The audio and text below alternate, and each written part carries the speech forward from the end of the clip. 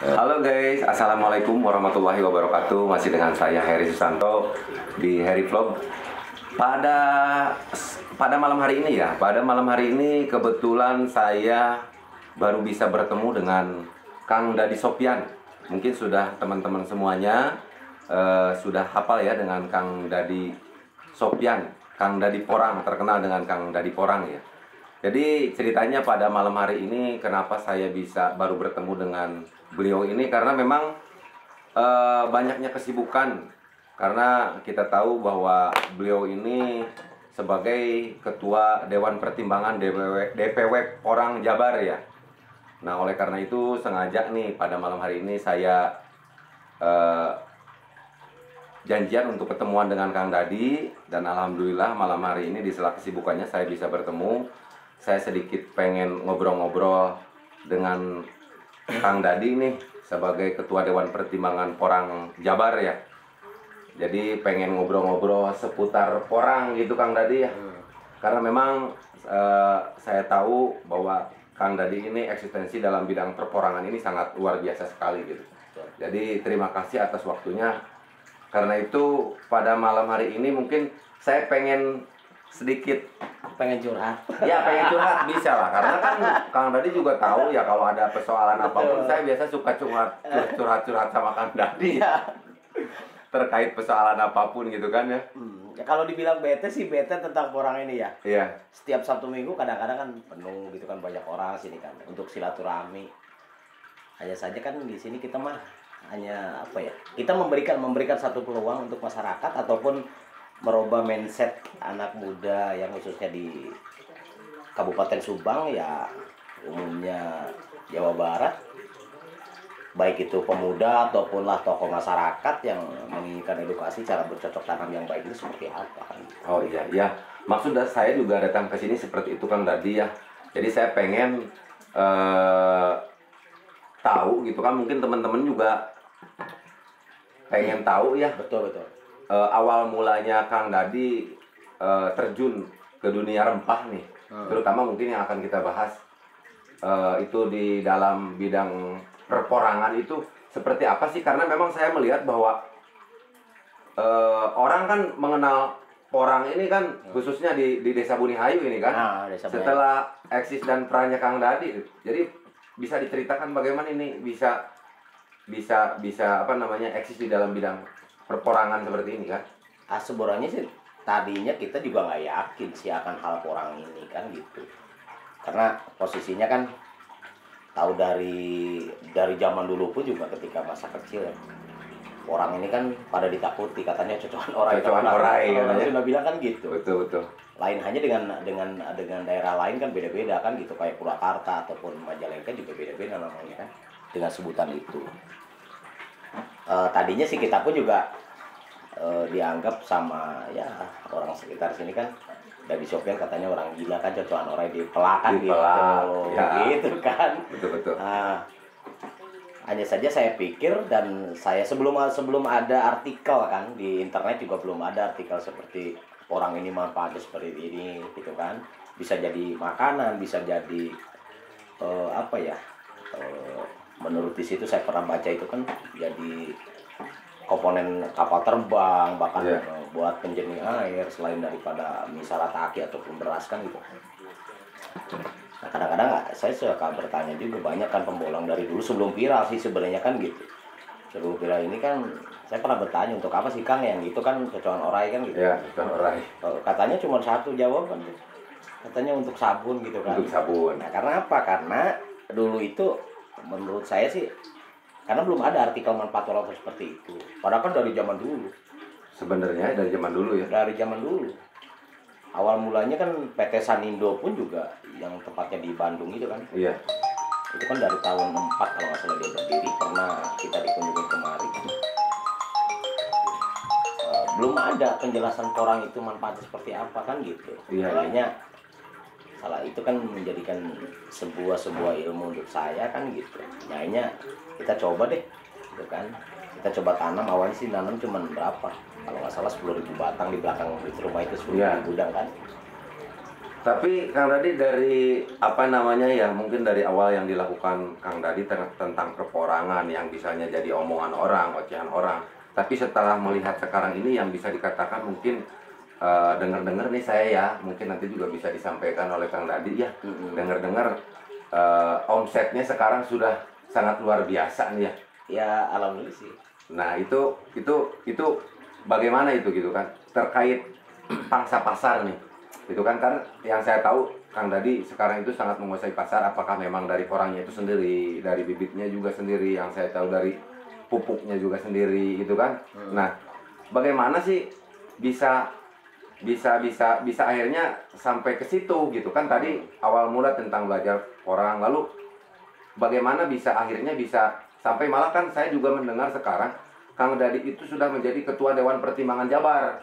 Otomatis kan itu juga tidak lepas dari eksistensi dan peran Kang Dadi tuh. Betul. Nah, mohon diceritakan deh bagaimana, terus tadi juga bocoran tentang omsetnya itu. Sebenarnya sih dulu waktu kita iseng-iseng tuh, saya pikir kan gini, banyak kan tamu yang bertanya tentang orang, baik itu di media kan gitu kan. Ada juga yang telepon entah tahu dari mana lah nomor itu atau. Nah, intinya sih sebelum kita punya kelompok tani ataupun kita terpilih menjadi Dewan Pertimbangan Jawa Barat itu kan saya pendiri Aspeporin dulu itu. Jadi Aspeporin itu asosiasi pelestari porang gini, Aspeporin asosiasi pelestari porang Indonesia kan waktu itu. Hanya saja kan di situ ya mungkin Allah berkehendak lain kan gitu.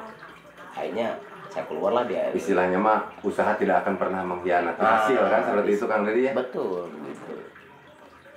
Lalu di situ ada juga sih dari grup-grup kan banyak ya. Iya. Asosiasi-asosiasi itu. Akhirnya kita ditelepon, namanya Pak Ngakib tuh. Kebetulan beliau jadi ketua DPP Indonesia ya, Dewan Pusat lah. Kita di situ ditunjuk sama beliau itu kan. Tapi nggak terpilihnya waktu itu jadi ketua itu nggak aklamasi kan gitu. Iya. Kata ketua katanya, Pak Dadi Sopyan mau nggak jadi ketua Jawa Barat kan gitu. Nah, kata saya nggak, asosiasi juga kita udah jalan kan gitu. Hanya saja saya pikir kan kita kan butuh badan hukum juga kan gitu. Akhirnya ya kita masuklah di situ. Jadilah kita di SKN juga sih, jadi asosiasi di situ di P3N, di Penggiat Petani Porang Nusantara. Oh iya. Nah, terkait kapasitas Kang Dadi dalam hal ini sebagai ketua Dewan Pertimbangan Porang Jawa Barat, otomatis kan mobile Kang Dadi mungkin sangat banyak sekali ya, istilahnya mah 27 kabupaten kota ya untuk memberikan pembinaan atau bagaimana? Iya, bahkan ada beberapa kabupaten yang telah saya resmikan menjadi ketuanya kan gitu. Dan DPC-nya itu kan gitu. Jadi selain daripada mengangkat, membentuk atau ya, mungkin juga memberikan pembinaan ya. Memberikan pembinaan. Ketua-ketua yang ada di kabupaten kota gitu. Nah, itu. Baik itu kayak Subang kan sekarang udah boomingnya luar biasa kan. Kalau Subang sendiri sudah terbentuk? Sudah terbentuk. Bahkan Subang itu sudah memiliki kurang lebihnya hampir 100 kelompok petani. 100 kelompok petani. Karena di sini kita pun juga mengharapkan sebenarnya nggak harus porang tok semua kan di tanah itu kan. Baik itu apalagi mayoritas di Kabupaten Subang ini kan rempah-rempah ya. Selain daripada porang kan ada kencur, jahe dan lainnya kan gitu. Nah, alangkah baiknya kan gitu sekali memberesin gulma kan ada, selain daripada panen rempah-rempah yang lain kan ada porangnya juga kan gitu. Ada porangnya juga ya? Iya, karena porang ini kan bangsa pasarnya juga sangat luar biasa sih, banyak pada sangat fantastis kan juga. Sangat fantastis sekali ya? Sangat fantastis sekali. Nah, lalu terkait ini kan tadi ya, kan mungkin saya lihat memang dengan permintaan mungkin ya, permintaan terkait porang ataupun yang lainnya mungkin kan sangat besar sekali nih yang saya lihat gitu kan, sesuai dengan apa yang tadi yang sampaikan. Lalu bagaimana tuh untuk perluasan produksinya sendiri itu, maksudnya hal yang dilakukan untuk bagaimana supaya memang pada saat dibutuhkan atau diperlukan memang porang itu bisa, istilahnya bisa ada atau gimana ya, bisa terpenuhi lah, permintaan pasarnya terpenuhi. sebenarnya sih kalau porang ini kan sebenarnya jadi gini ya, hanya viralnya kan di media saja bos, di baik itu di YouTube ataupun di FB ya atau di aplikasi yang lain kan gitu. Yang tanamnya nggak ada. Karena apa? Di sini sebenarnya untuk porang sendiri itu tanda kutip untuk masyarakat itu, baik itu Subang ataupun luas di Jawa Barat lah, khususnya Indonesia kan gitu. Kadang-kadang orang bertanya kan gitu. Dikhawatirkannya itu kayak komoditi-komoditi yang lain kan gitu. Takutnya masyarakat di sini yang saya lihat gitu kan, sebelum ramai di desa ini kan gitu, takutnya dikhawatirkan saya nanam nggak ada yang beli kan gitu. Mungkin waktu seperti mindsetnya Jarak waktu zaman biodiesel itu ya. Itu Jarak kayak lalu apalagi itu Serewangi, Singkong kan gitu. Serewangi ya. Nyatanya kan setelah booming kan pasarannya nggak ada kan gitu. Iya. Padahal orang sendiri kebutuhan sangat luar biasa. Bahkan saya harap sih sebenarnya selama ini kan banyak importer yang memburu chip ataupun pabrik-pabrik press yang masih gelondongan kan gitu. Saya punya arahan ke depan sih bahwa porang ini tidak hanya sebatas membaca menjadi mie atau beras di luar sana gitu. Ya mudah-mudahan dengan ada dukungan masyarakat di sekitar sini ataupun pemerintah baik itu kabupaten ataupun provinsi, insya Allah Bumi Hayu akan end product. Arah kedepannya seperti kayak gitu sih. Ya maksudnya pada kesempatan malam hari ini juga saya sengaja berbincang dengan Kang Dadi kan seperti yang tadi disampaikan ya, terkait mindset ya. Betul, cara mindset. Berpikir masyarakat. Itu. Nah, itu coba mungkin bisa disampaikan juga sama Kang Dadi ya, agar mindset masyarakat terkait asumsi negatif. Betul. Asumsi negatif dalam arti ketakutan dan kekhawatiran itu hilang, gitu kan? Betul. Jadi agar petani porang khususnya nih, terutama mungkin yang berada di Subang ya, tidak nutup kemungkinan juga yang berada di Jawa Barat, karena dalam hal ini kapasitasnya Kang Dadi sebagai Ketua Dewan Pertimbangan Porang Jabar ya. Jadi agar mereka itu lebih semangat, lebih yakin gitu tentang bertani porang gitu Kang Dadi. Ya intinya modalnya sebenarnya gini, yang penting kita yakin dan mencintai akan hal tanaman ini kan gitu. Karena didasari mencintai, insya Allah akan disukai tanaman tersebut kan gitu. Jadi memang harus didasari sama cinta ya. Cinta lah gitu kan. Kan tak kenal maka kata sayang, begitu kenal insya Allah akan disayangi tanaman itu kan gitu.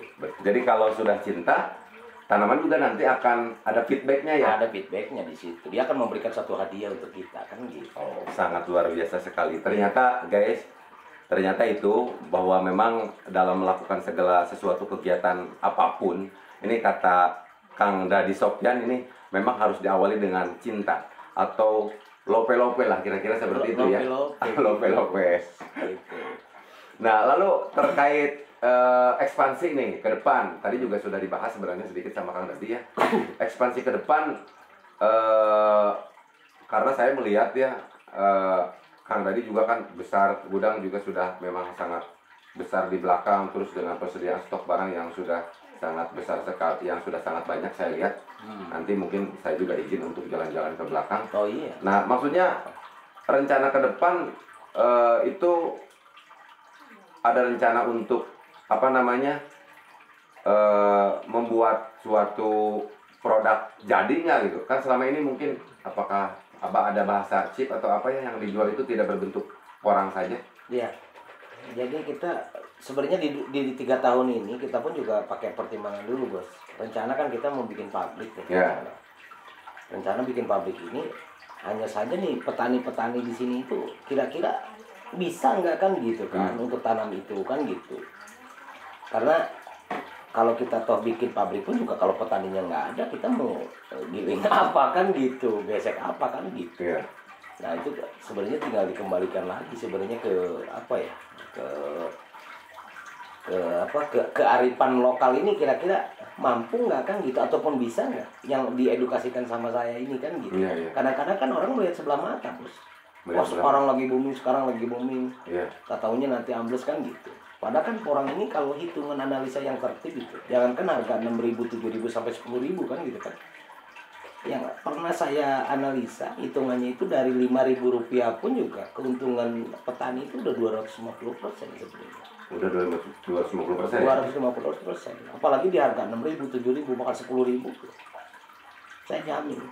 Saya pernah, cuman nggak saya viralkan kan gitu kan. satu ketika saya pernah coba tanam 1 hektar kan gitu. Dan saya meyakini dengan saya pernah lihat di YouTube kan hasil porang ini mendapat jadi 600-700 juta kan gitu. Iya. Sebenarnya itu bukan hoax, itu asli.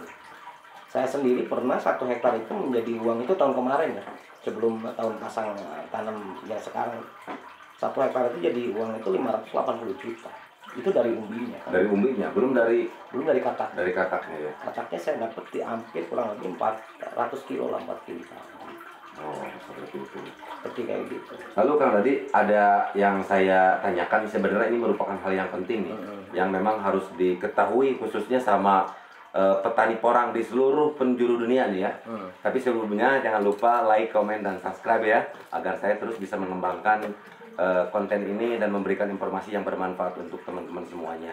Nah, ini Kang tadi nih yang saya pengen tanyakan.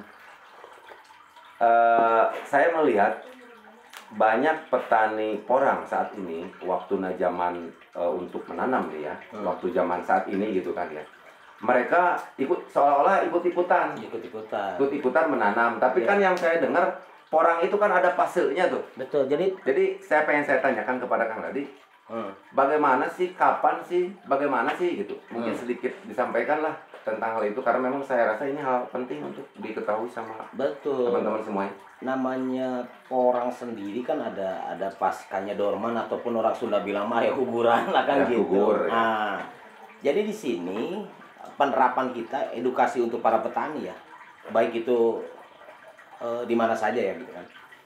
Jadi yang penting siklus porang ini harus tahu dulu kan gitu. Enggak serta-merta tiap bulan bisa ditanam, enggak bisa. Porang ini. Karena porang ini apa ya? Kalau dibilang gaib-gaib sih porang ini. Paskanya dia dorman, tidur istirahat kan gitu. Nah, ketika dia lagi istirahat itu mau disiram kayak mau ditanam, mau di polybag, mau ditanam sekalipun juga siklusnya dia masanya belum tumbuh ya nggak bakalan tumbuh. Tidak akan tumbuh. Tidak akan tumbuh. Tapi masanya dia tumbuh kan gitu, siklusnya dia mau tumbuh gitu, jangan kan ditanam, dipupuk kan gitu. Ya. Ditaruh aja di meja dia tumbuh sendiri. Oh, seperti Nah itu. Jadi belum ada teknologi yang canggih bahwa porang itu bulan ini bisa tumbuh, bulan ini bisa tumbuh, nggak bisa. Sampai saat ini memang belum ada ya? Belum ada. Karena kita analisa sendiri, kita pernah coba. Lalu hasilnya juga orang ini kan banyak ya, saya lihat-lihat itu di YouTube itu. Nanam katak satu musim jadi sekian kilo, itu bohong. Oh, seperti itu ya. Paling berapa onan lah kan gitu. Mau pupuknya seperti apapun juga. Karena saya pernah mempelajari lah di sini kan gitu. Iya, karena saya tulis. Karena memang mungkin sudah istilahnya mah udah ada ukurannya mungkin ya. Udah ada ukurannya. Jadi dipupuk seperti apapun, unsur hara yang bagus, kandungan yang tanah bagus tidak akan signifikan langsung besar seperti itu. Betul. Ya mungkin. Enggak gitu. Ya ini mah untuk pemahaman aja bagi pemirsa di luar sana ya yang lihat video-video ini kan gitu. Iya. Nah, oke deh, terima kasih Kang Dadi atas infonya. Tetapi mungkin ini yang terakhir Kang Dadi nih, saran ini kepada teman-teman para petani porang di seluruh antero jagat nih. Tuh saran dari Kang Dadi seperti apa? Saran ini. Iya, kalau hanya untuk porang sendiri ya jangan merasa takut. Lalu setelah nanam pokoknya jual kemana, silakan saja tinggal komunikasi dengan channel ini ya, khususnya Bapak Heri Susanto, yang dimana beliau ini salah satu mentor saya juga sebenarnya. Beliau ini sangat bisa, padahal sebenarnya guys, dia itu sebenarnya guru saya. Dia itu maha guru. Saya banyak belajar dari dia tentang public speaking, tentang membangun network juga dari beliau gitu. Jadi dia itu tadi kalau bahasa saya bilangnya itu dia nggak genjering gitu. Nggak genjering. Jadi saya sudah tidak akan bisa digenjering sepertinya gitu kan. Betul gitu. Karena memang saya jelaskan sekali lagi, beliau ini memang guru saya. Jadi dia memberikan motivasi juga kepada saya, dan sampai akhirnya saya juga bisa bikin konten YouTube seperti ini. Betul. Sebenarnya saya jujur termotivasi dari Kang Dadi Sopyan. Dan mungkin saya sampaikan aja kepada teman-teman semuanya bahwa Kang Dadi Sopyan juga sebenarnya punya channel ya. Mungkin nanti bisa dilihat juga ya, terkait khusus di porang nih ya kan. Di porang bisa lebih dijelaskan lagi sama Kang Dadi Porang. Iya. Oke, sementara Kang Dadi seperti itu. Baik, siap, terima kasih. Terima kasih atas informasinya, saran dan semuanya. Mudah-mudahan dapat bermanfaat, wabil khusus untuk saya secara pribadi. Amin. Juga khususnya untuk semua, wabil khusus para petani porang di seluruh jagat raya ini ya, mungkin. Demikian, dan sebelumnya saya mengajak kepada teman-teman semuanya, marilah kita berkarya nyata sebagai bentuk peduli kita pada sesama. Wabillahi taufiq wal hidayah. Waalaikumsalam ya wabarakatuh. Wassalamualaikum warahmatullahi wabarakatuh. Semangat. Waalaikumsalam. Semangat. Yes. Bye. Dah.